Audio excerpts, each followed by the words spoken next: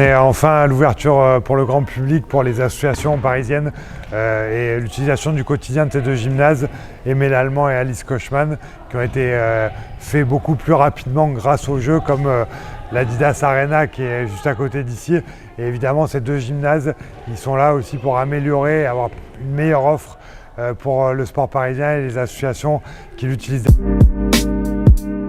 C'était un changement, disons, presque radical, mais dans l'évolution du club en D1 comme club de haut niveau au futsal national, changer pour l'Adidas Arena, c'est très important pour nous aussi. C'est une nouvelle image du club qu'on veut pérenniser dans le futur. C'est une chance énorme de pouvoir s'entraîner dans des infrastructures qui sont neuves, qui ont été pensées pour le sport de haut niveau.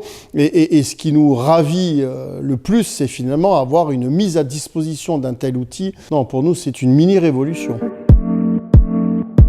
Bon, elle rapporte beaucoup de choses parce que toute l'infrastructure est nouvelle. C'était pour les Jeux Olympiques. Tout est au top pour nous accueillir. Le fait d'avoir 4 heures d'entraînement nous permet de découper donc ces 4 heures-là et vraiment de se concentrer qualitativement en tout cas sur un travail de préparation physique pendant 1h30 dans un premier temps, et on sait que c'est un paramètre très important quand on parle de sport de haut niveau, un travail technico-tactique aussi par la suite avec une différenciation entre un travail collectif et purement collectif et un travail de développement individuel sur les qualités essentielles pour un joueur de basket.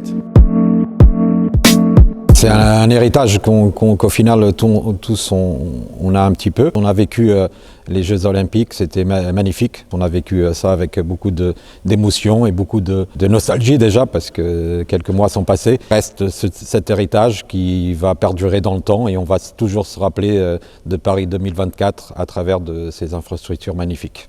La jeunesse parisienne, nous, nos jeunes qui constituent donc le centre de formation, ont vu de leurs propres yeux ce que ça veut dire, les Jeux Olympiques, ce que ça représente.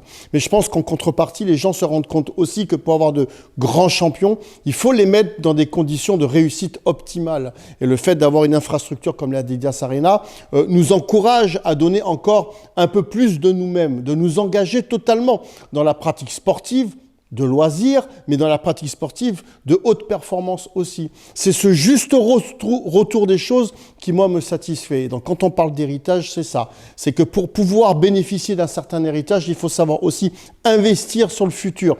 Et il n'y a pas plus bel exemple que d'investir sur la jeunesse pour pouvoir parler d'héritage dans le futur.